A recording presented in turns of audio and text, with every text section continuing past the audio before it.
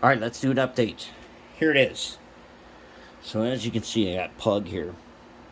Pug has gotten his side sill, and I laser cut all of the handrail stanchion sockets or holes for handrails.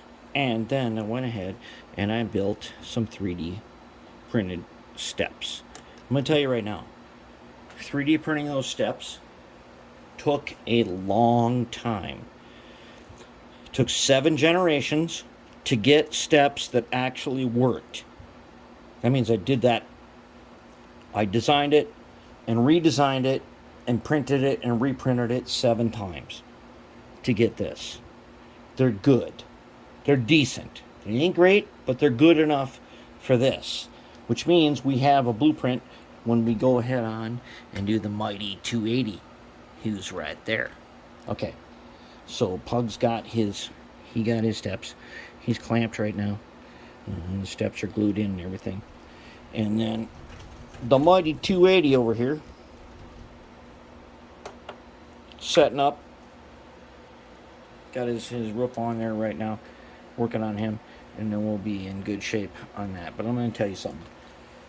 Those of you who think that you can buy a 3D printer and suddenly you can do a bunch of stuff, I want to tell you that is not true. It's not true. 3D printing is not easy, and laser cutting is even harder. It's taken me years to get to this point where I can laser cut something like this. And it's taken me years to get to the point where I can 3D print something like this. If you're thinking about getting into it, master the program first. Make sure you get a good computer.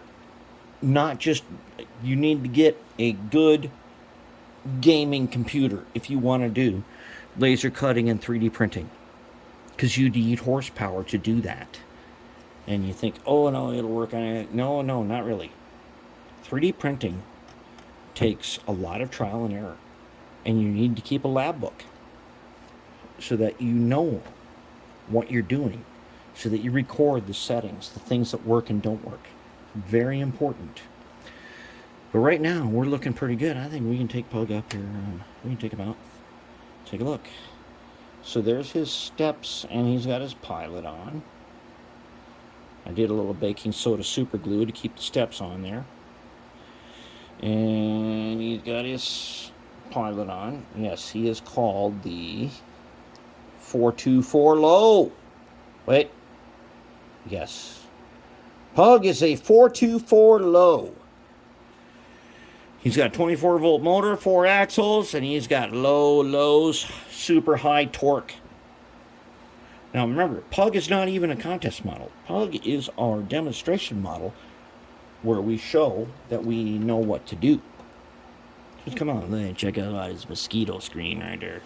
Okay, and then we are going to be using mosquito screen on our contest models because even though I've got some scale screen, I think in the spirit of this build of doing everything from like stuff that anyone can afford, we should do the mosquito screen.